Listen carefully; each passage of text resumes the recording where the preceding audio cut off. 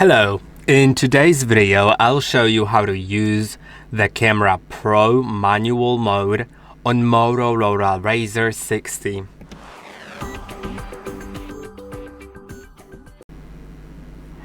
The manual Pro mode is a bit complex and I'll try to explain some basics, but you'll need to try lots of things on your own.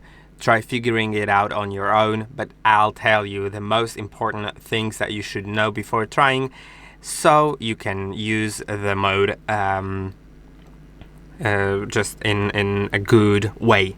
So let's begin by opening the camera app, of course, and selecting Pro mode, as you can see. If it's not available here, just click on more and you'll find it there, but I do have it here already, so there it is. And I'll talk about everything here. So first of all, there's this button which is unavailable in other modes, and it lets you select the format, JPEG, RAW, or both at once. And I won't change it now. Let's leave it on JPEG for now as we're trying it out, but later I'll explain what's the difference between JPEG and RAW. Now let's talk about the things that we have here. So it lets you change the focus. By default, phones and other cameras autofocus, which means you can see it's in focus. It's sharp.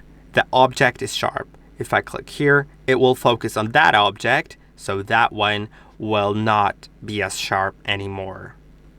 But you can also manually set the focus in order to focus on some object the way you want to, and you can also, keep the focus at a certain set level and then try moving the object, and maybe that will create an interesting effect of having multiple pictures with different focus on them.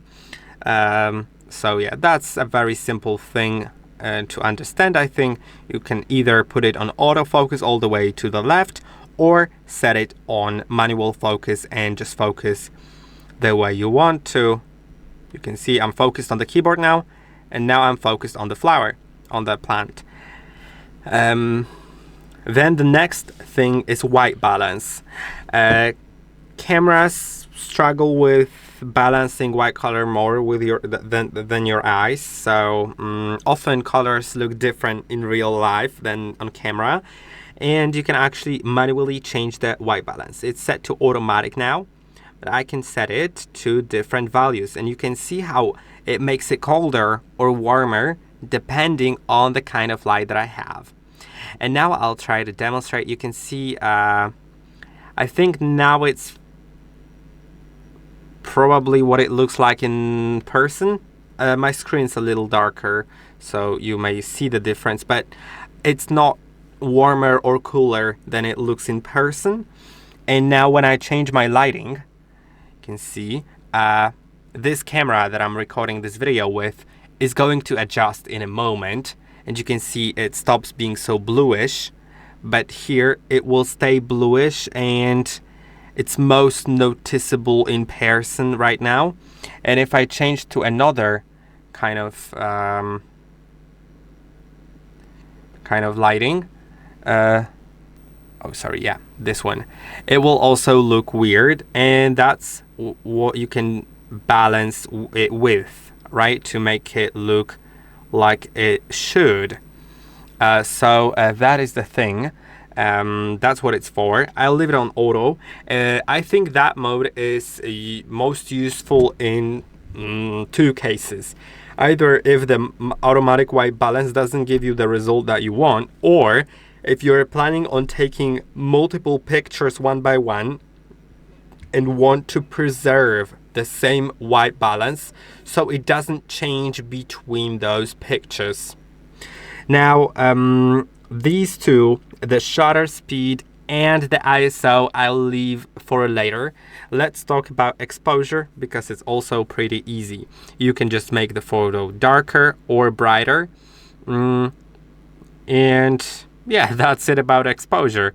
There's not much else here, just brighter or darker, which I think is a great thing that you can very easily do it here. Now, the most difficult things, I think, the shutter speed and the ISO. Let's talk about ISO first. This is the sensitivity of the matrix of your camera. You can increase or decrease the sensitivity. Increasing will result in brighter image, but decreasing will result in better quality, because the more you increase the sensitivity, the more grainy the image may look like. That's why sometimes photos at night look much worse, because they don't have enough light, and the camera tries to compensate it by increasing the ISO, but that produces grain. So you can see I can increase it or decrease it. For now it doesn't change, because since it doesn't change, but the shutter speed is still on auto, the shutter speed will try to compensate. So for now it doesn't change, but once you understand the shutter speed, now I think it will be more easier to understand. So this is the amount of time. It's in seconds, so it's for now it's 1/20th of a second that the camera takes to capture light into its matrix, and the less time it takes, the less light there will be, so the darker the image will appear. But the more time there is, the image may appear more blurry if the phone or the objects on the picture are not stable. Which means if I increase the shutter speed, let's say I increase it to, well, that will be too bright for sure, because it doesn't even show you the full, it doesn't show you in preview what exactly it will look like. But I'll try to turn off this light for a moment. I'm sorry for that. I just want to demonstrate, as if I set it to 1 second right now and move my phone during taking the picture, you can see it will be so blurry. And if I change the shutter speed now to, let's say, 1/350 and move the phone during the picture, it doesn't matter. The picture is still sharp. And now you need to, if you would like to use the shutter speed and ISO, you need to set them up in a way that neither of these, that both of them give you the good parts, the bright picture and good quality, and so you just don't go too far in any direction. You don't set the ISO too far, and you don't set the shutter speed too far. What I mean by that is, if you set the ISO too far and the shutter speed too low, then the image quality will be affected in a way that you probably wouldn't want to. I'll try to take a picture now with, you can see it was ISO 3200 and 6000, 1/6000 shutter speed, and you can already see how grainy it is. It is very, very grainy, and that is because it didn't have enough light, and the ISO just made it. Oh yeah, it's just ugly at this point.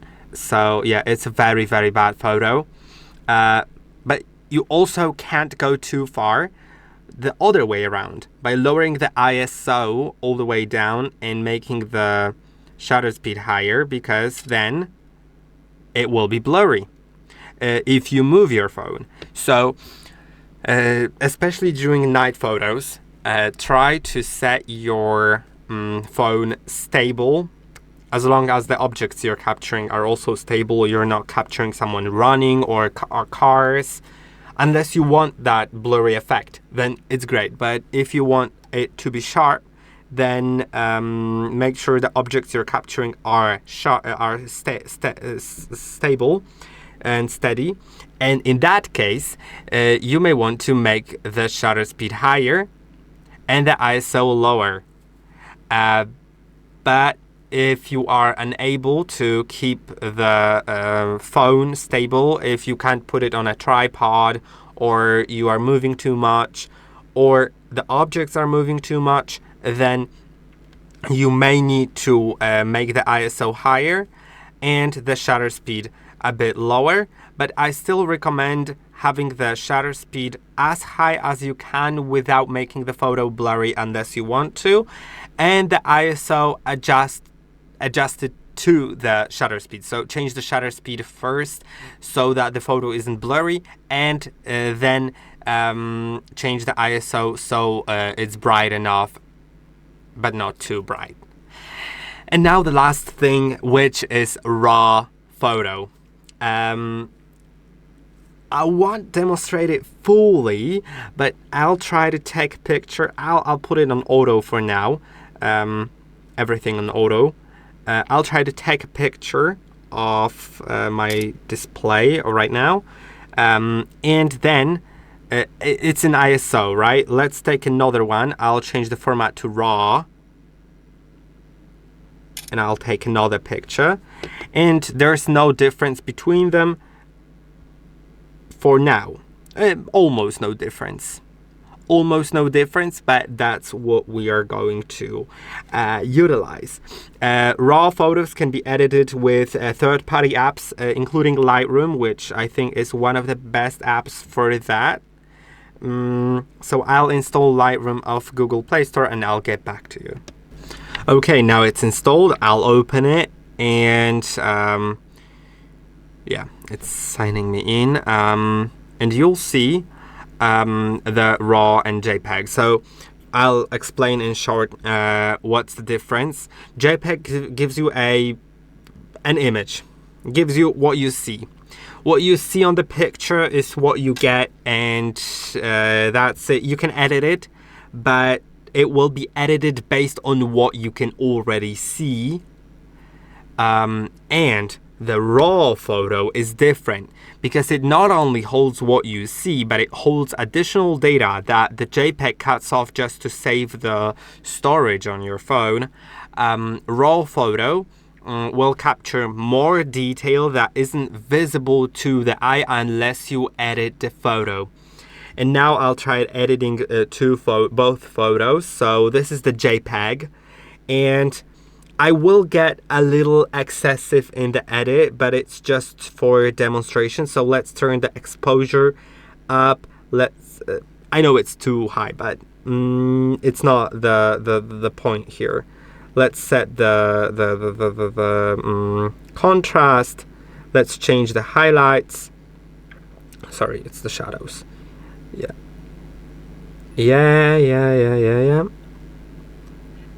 You can change the whites and stuff like that. And yeah, so I'll try to remember what I have set. I have set everything down besides the exposure being at plus 2.13. And now let's go back. It's auto saving it. And now let's go to the raw photo. And I'll set it 2.13. You can see it is too high, but it's just for demonstration, so I'm being excessive for a reason here. And let's set the contrast, the highlights, the shadows, the whites, and the blacks all the way down. I think that's what I did. And now you'll see the difference in quality of those two photos. So let's go here. And these are two the same photos. And as I open a photo and zoom in, you will notice that there's much less detail everywhere, basically, because of the JPEG photo. And on the raw photo, you will notice that there's more detail everywhere. Of course, you'll need to try it out on your own multiple times until you start noticing what differences are there exactly. But yeah, you can see how detailed the plant is here and how detailed the plant is here. And as I said, it won't take effect in the non-edited photo, maybe just a minor one, but it will take most effect in post-editing photos, so you may want to try it out. But that's it for this video. I hope that this video was helpful. Don't forget to like and subscribe, and I'll see you in the next one.